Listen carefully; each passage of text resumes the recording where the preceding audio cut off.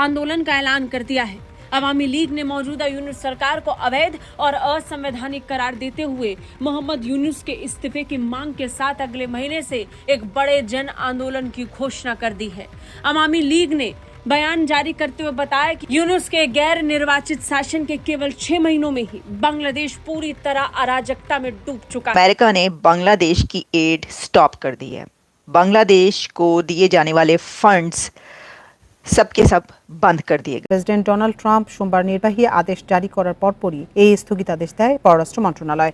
बांग्लादेश एक दफा फिर से जी जलता हुआ दिखाई दे रहा है। ये मनाजिर रात को बांग्लादेश के हैं। स्टूडेंट फिर से रोड पे है, फिर से स्ट्राइक हो रही है।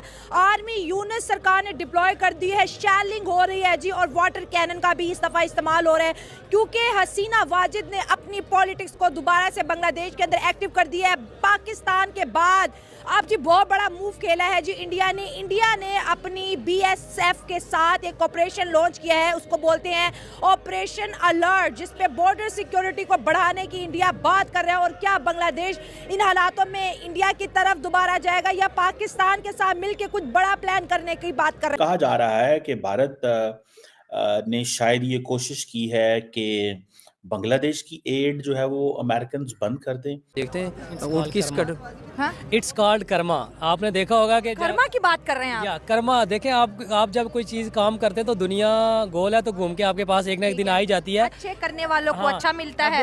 अब देखें कि अल्लाह इज द बेस्ट प्लानर। और जब बांग्लादेश और पाकिस्तान की थोड़ी अनबन हुई थी इलेक्शन को लेकर, उस वक्त जो इंडियन एजेंसीज थी वो वहाँ पर एक्टिव हुई। उन्होंने बांग्लादेश को पाकिस्तान से अलग करने में सफारती माहिरीन के मुताबिक ट्रंप के दूसरे दौर में अमेरिका का पाकिस्तान से ताल्लुक महदूद रहेगा। की मांग है कि शेख हसीना के खिलाफ दर्ज किए गए सारे मुकदमे निरस्त किए जाएं। पार्टी का विरोध मुख्य रूप से शेख हसीना के खिलाफ कानूनी मामलों को वापस लेने की मांग पर है, जिसमें पूर्व प्रधानमंत्री के खिलाफ दायर झूठा हत्या का मामला भी शामिल है। बयान में अवैध और गैर कानूनी ICT ट्रिब्यूनल में अन्य मामलों को खारिज करने और पार्टी द्वारा बताए गए हास्यास्पद मुकदमे को खत्म करने की मांग की गई है। इसके अलावा अवामी लीग ने बांग्लादेश में धार्मिक अल्पसंख्यकों पर हिंसा और उत्पीड़न की प्रतिक्रिया के रूप में अपने आंदोलन को तैयार किया है, खासकर हिंदू, बौद्ध, ईसाई समेत धार्मिक अल्पसंख्यकों पर हमलों को लेकर। बता दें, पिछले 6 महीने से बांग्लादेश में हालात तनावपूर्ण हैं और इसी तनाव के बीच यूनुस सरकार का शासन खत्म ही नहीं हो रहा। अभी तक संवैधानिक तरीके से सरकार का चुनाव नहीं हुआ है। अब भी अंतरिम सरकार चल रही है, अब भी अंतरिम प्रधानमंत्री कुर्सी पर बैठे हैं और अब बांग्लादेश में अवामी लीग ने प्रदर्शन का ऐलान कर दिया है। अमेरिका ने बांग्लादेश की एड स्टॉप कर दी है। बांग्लादेश को दिए जाने वाले फंड्स सबके सब बंद कर दिए गए हैं। तो अमेरिका ने ये फैसला किया है कि बांग्लादेश को जो पैसा दिया जाता है अब वो नहीं दिया जाएगा। अब इस खबर की डिटेल्स क्या हैं? ये पैसा बांग्लादेश को क्यों नहीं दिया जाएगा? ये जो एड है ये बांग्लादेश को अब क्यों नहीं मिलेगी USA की तरफ से? तो इस पर आप जानते हैं कि प्रेसिडेंट ट्रंप के कुछ न्यू एग्जीक्यूटिव ऑर्डर्स आए हैं और उन एग्जीक्यूटिव ऑर्डर्स में एक ऑर्डर ये भी है कि बांग्लादेश को US एड एजेंसी की तरफ से जो भी एड दी जाती है उसको स्टॉप कर दिया जाए। ट्रंप ने कोई 200 से ज़्यादा एग्जीक्यूटिव ऑर्डर्स एक दिन के अंदर जारी किए हैं और इन एग्जीक्यूटिव ऑर्डर्स में दुनिया भर से मुताल्लिका जितने भी कंट्रीज़ जो कि अमेरिका से एड लेते हैं, अमेरिका से पैसा वहाँ पर जाता है बहुत सारे कामों के लिए। जो US एड है वो डेवलपमेंट पे बहुत काम करती है, चैरिटी या आप कह लें कि इस तरह के कामों पर जिसमें कि मासेस के लिए बहुत काम होते हैं, उन सब पर ग्लोबल जो एड है उसके ऊपर 90 डेज का स्टॉप लगा दिया गया। 90 डे होल्ड ट्रंप ने इम्पोज किया और बांग्लादेश पर कोई ये कह दिया है कि अब आपको पैसा नहीं मिलेगा। कब मिलेगा? जब ये फैसला होगा, जब ये फैसला हो जाएगा कि क्या बांग्लादेश के साथ रीअलाइनमेंट USA की दोबारा होगी एड के लिए, और इसको देखा जाएगा क्योंकि प्रेसिडेंट ट्रंप का ये एरा जो है ये देख रहा है कि दुनिया भर में कौन से ऐसे कंट्रीज़ हैं कि जिसमें और जिनसे रीअलाइन करना है, जिनके साथ ताल्लुकात बेहतर बनानी है, कैसे करने हैं, अच्छे करने हैं, बुरे करने हैं, उनको धमकी लगानी है, उनको दबका लगाना है।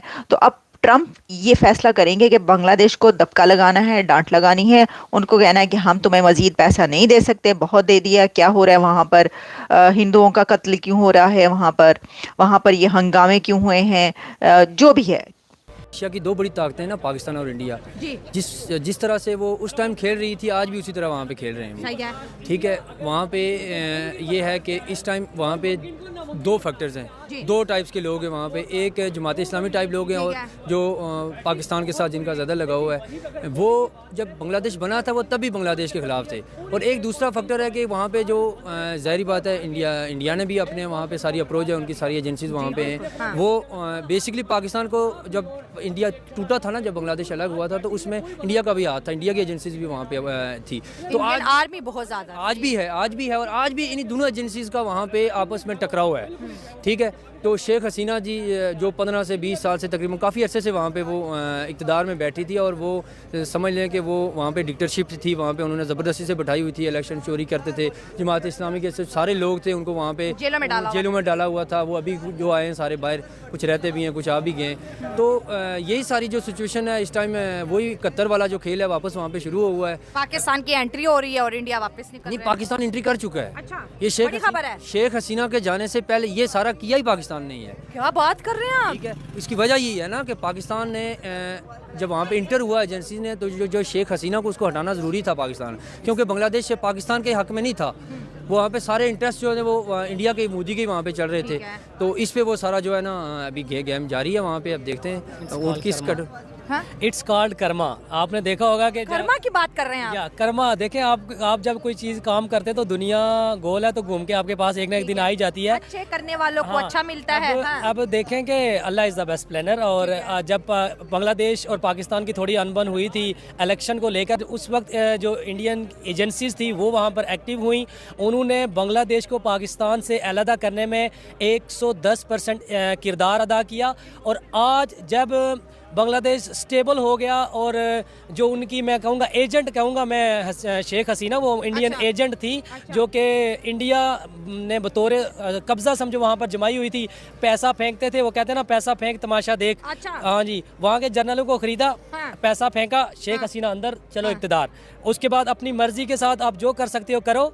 और उसके बाद आपको पता है, जब इनकलाब उठता है तो इंडिया क्या बड़ी बड़ी सुपर पावर जो घुटने टेक देती हैं। जब वहाँ से स्टूडेंट ने इनकलाब उठाया तो फिर वही जो इंडियन की एजेंट थी शेख हसीना, वो दबे पांव इंडिया की तरफ मोदी के कदमों में जाके बैठ गई है कि भाई अब मुझे बचा लो। लेकिन आपको पता है कि ये स्टूडेंट का इनकलाब है, और जब स्टूडेंट इनकलाब लाते हैं तो फिर दुनिया देखती है, और फिर दुनिया ने देखा कि उनके जर्नलों की पतलूनें तो उन्होंने जाके नहर में फेंक देश को, खासतौर पे मोहम्मद यूनुस साहब की जो इंटरिम गवर्नमेंट थी उसको कोई आ रही थी, लेकिन सुनने में आया कि जो यूएस एड बांग्लादेश है उसने ये अनाउंस कर दिया है कि it has stop one thing. Secondly, इस पे बात करते हैं कि क्या इसमें डॉक्टर जयशंकर ने कोई जादू चलाया है?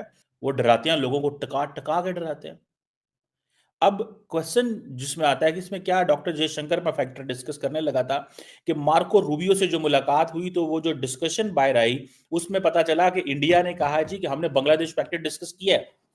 सो बांग्लादेश फैक्टर डिस्कस किया, क्या कहा होगा? मैंने इसके ऊपर थोड़ी पहले बात की थी, यही कहा होगा। देखिए, कहना क्या होता है? कहना ये होता है कि जब अगले बंदे से आप बात करें तो उसके इंटरेस्ट की क्या चीज है, अमेरिका के इंटरेस्ट की क्या चीज हो सकती है, डेमोक्रेसी। रिपब्लिकन्स कितना को डेमोक्रेसी की प्रचार करेंगे? It's a question needs to be answered. Media freedom किसी हद तक, हाँ, चाइना के ऊपर उन्होंने बात की होगी कि बांग्लादेश जो है ना इधर उधर जा रहा है। तो मेरा ख्याल है कि मोहम्मद यूनुस से एक नई फ्रेश लॉयल्टी जो ट्रंप एडमिनिस्ट्रेशन लेना चाहती है वो यही है कि भाई तुम हमारे साथ कहां खड़े हो, तुम हमें कितना सपोर्ट करोगे, where do you stand with us on China, where do you stand with us on the region. क्या आप ये समझते हैं कि डोनाल्ड ट्रंप ये कहेगा मोहम्मद यूनुस को कि तुम जाके नरेंद्र मोदी साहब को ओबे करो या उनकी बात सुनो? सवाल ही पैदा नहीं होता। मैं नहीं मानता। मैं कल अभी वो एक है बरखा दत्त के शो में था, मुझे उन्होंने सवाल किया कि ट्रंप एडमिनिस्ट्रेशन इंडिया को कैसे एंगेज करेगी या क्या करेगी। मैंने कहा जी ट्रंप एडमिनिस्ट्रेशन जो है, मेरी अपनी जाती राय में, वो इंडिया का बहुत बड़ा कद काठ नहीं होने देगी। ये बाइडेन एडमिनिस्ट्रेशन का भी मसला था।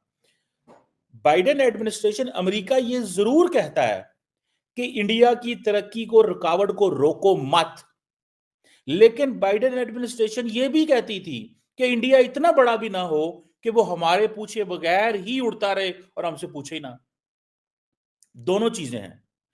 Don't stop India's growth because India is our partner, but they don't want that India to keep flying, keep moving, keep engaging, and keep enhancing India's interest where American interest is undermined. So Americans ये कभी नहीं पसंद करेंगे।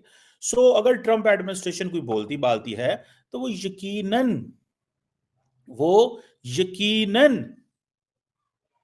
ये चाहती होगी हर कीमत पे, ठीक है ना जी, वो ये चाहती होगी कि ट्रंप एडमिनिस्ट्रेशन ये चाहती होगी कि हमारे साथ लाइन ठीक की जाए।